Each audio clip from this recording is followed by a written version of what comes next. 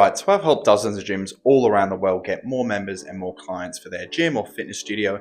And in my experience working with gyms all across the world, these are the three biggest reasons why a prospect potentially might not join your gym. Now in this video there are chapters, so if you want to skip ahead, feel free. But in my experience, there are really three main fundamentals of why a client might not join your gym or fitness studio. So I'm going to go through them now. Alright, so one of the biggest mistakes that I see gyms make are price-related objections. Now I'm going to go over what that means. Now, probably the biggest mistake I see with a lot of gyms is that they have, the price smack bang in the middle of their website, in big bold letters. And that's acceptable if you're a very specific type of gym. And that is if you are a gym that competes on price, not quality. For example, if you're one of the big, franchises in Anytime Fitness, Crunch Fitness that, sell very, very cheap memberships, or you're even just a small gym that tries to compete on price, then yes, that is your main unique selling point and you want to have that all across your website.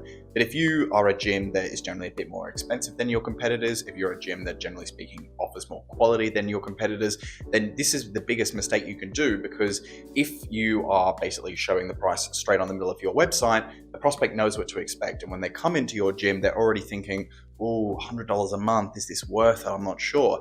Whereas in reality, if a prospect comes into your gym, you give them a tour, you show them all the amazing benefits and perks of joining your gym, they're already interested, right? They've already see the value in the gym. And then when you go to the maybe office, whatever it might be, and say, so look, typically average price is $100 a month.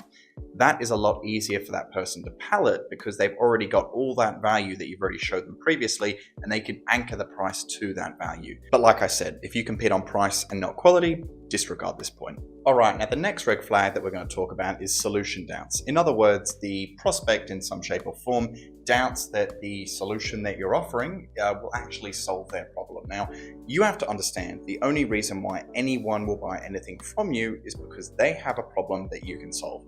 Classic example, if you're hungry, you have a problem, you go to a cafe or a restaurant, you eat, you solve that problem, right? So again, using a sort of similar example, your job as the owner is to basically show that you can solve your prospect's problems. So for example, I can't tell you how to do this because it's very individual for each gym, but let's use a very vague example. Let's say someone that's overweight comes in, wants to lose weight. Now, obviously anyone knows that, specializes in that area. It's, 90% diet, 10% exercise when it comes to losing weight.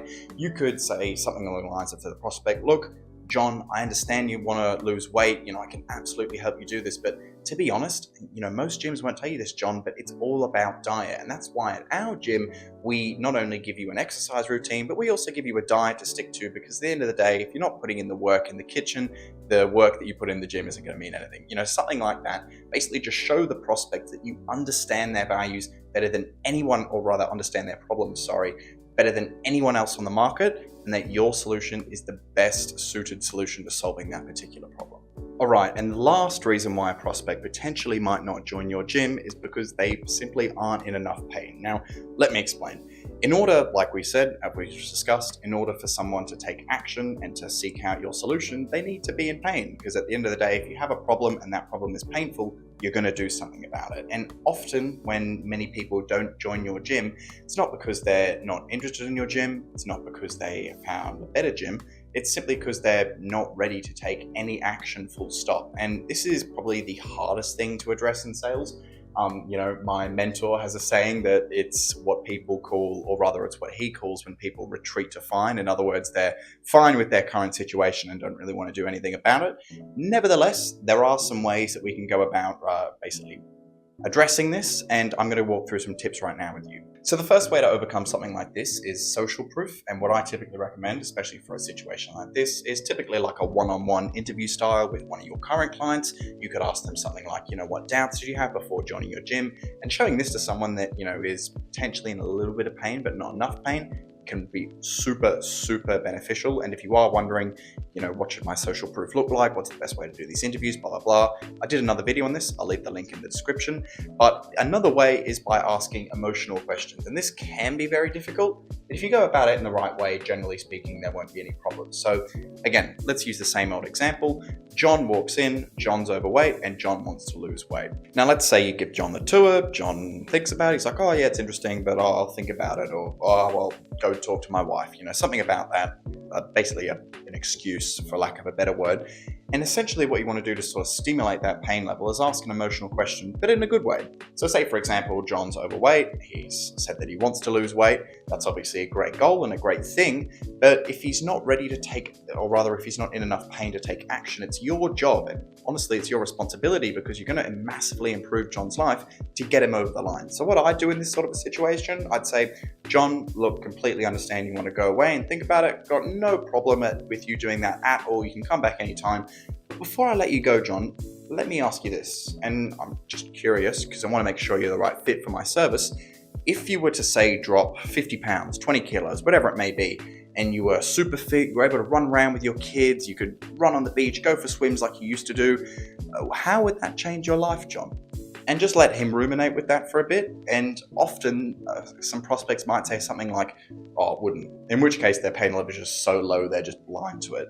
But some people are close enough where they'll go, oh, actually, yeah, I want to play sports with my kids. I don't want to be, unable to move when I'm 65. Yeah, that's a good point. What I would typically recommend is pre-script these questions and basically sort of get the delivery down pat, because the delivery is what's going to invoke the emotion. But yeah, come up with a couple questions that sort of stimulate a bit of pain, but in a good way, that are also related to your niche. For example, you might not be in the business of helping people lose weight. You might be in strength and conditioning. Again, same example. You go, John, totally understand. You're a skinny guy. You want to put on muscle. Not a problem, John. Let me ask you this though. If you were to put on 10 kilograms of muscle, say in the next 2 years, how would your life change? Would you be more confident? Would you feel better about yourself? And these are the sorts of questions that really get the prospect to think and really sort of go, almost make them second guess their initial decision of, I don't want to join this gym. Now, if you did want my help further than these videos on how to get clients and members for your gym or fitness studio, first link in the description. Full disclosure, it will take you to a video that tries to get you to book a call with me. If you are interested, check it out. But if not, thanks so much for watching.